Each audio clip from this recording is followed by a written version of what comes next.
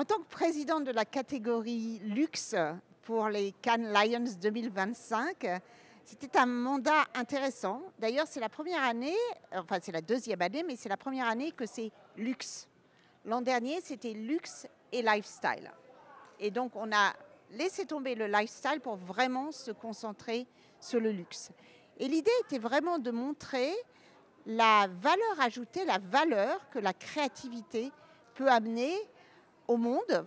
Et donc le luxe, si on revient aux racines latines, à l'étymologie, il y a deux définitions. Il y a le luxus qui veut dire extravagance, excès, décadence.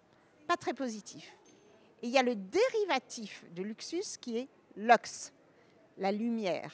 Et c'est comme ça que chez LVMH, mais aussi dans tous les prix qu'on a eu l'occasion de décerner cette année, c'est la lumière qu'on peut amener au monde, la lumière qu'on peut amener aux marques, en faisant refléter cette lumière sur tous les aspects du DNA des maisons.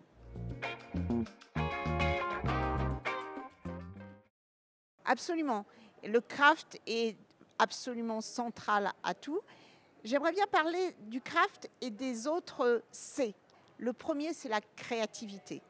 Et la créativité qui est au centre de tout, qui permet de challenger et de disrupter des modèles établis pour amener justement cette lumière. Le second, c'est le customer, le client. Et le client, il ne faut pas juste lui donner ce qu'il veut, il faut le surprendre à chaque fois. Il faut lui donner des choses qu'il n'imaginait même pas possibles. Le quatrième C, c'est la culture. Et comment on est inspiré par la culture et comment on inspire la culture. Le luxe véhicule un ensemble de valeurs qui vont même au-delà des produits ou des services qu'on donne.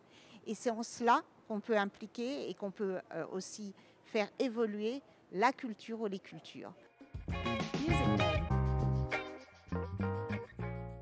Je crois que je n'étais pas fébrile. J'étais confiante et je me disais aussi que s'il y avait un cas qui était meilleur, eh bien voilà, c'est que le meilleur gagne. J'étais en dehors de la salle pour beaucoup de cas, parce qu'il y avait beaucoup de cas LVMH, beaucoup de cas de LVMH sur la shortlist. Et d'ailleurs, tous les cas qui sont sur la shortlist n'ont pas été récompensés. Donc comme quoi le jury était très clair sur les critères et les a bien appliqués.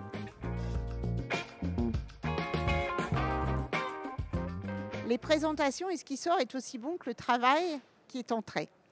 Et sur ce travail, je ne peux pas prendre le crédit de ce travail magnifique. Il a été fait par le groupe LVMH Corporate, qui est dirigé par Antoine Arnaud et magnifiquement dirigé également par Hélène Fraisse et Christine Druillon.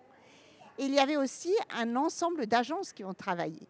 Donc bien sûr Havas Play, Publicis Medialux, Auditoire, TBWA, et je vais en oublier, donc je vous encourage à aller voir la liste des crédits, mais ça a été vraiment un travail d'équipe avec le comité international olympique. Donc c'est ça qui est magnifique, de prendre un événement culturel aussi important que les Jeux olympiques et paralympiques et l'approcher comme une équipe.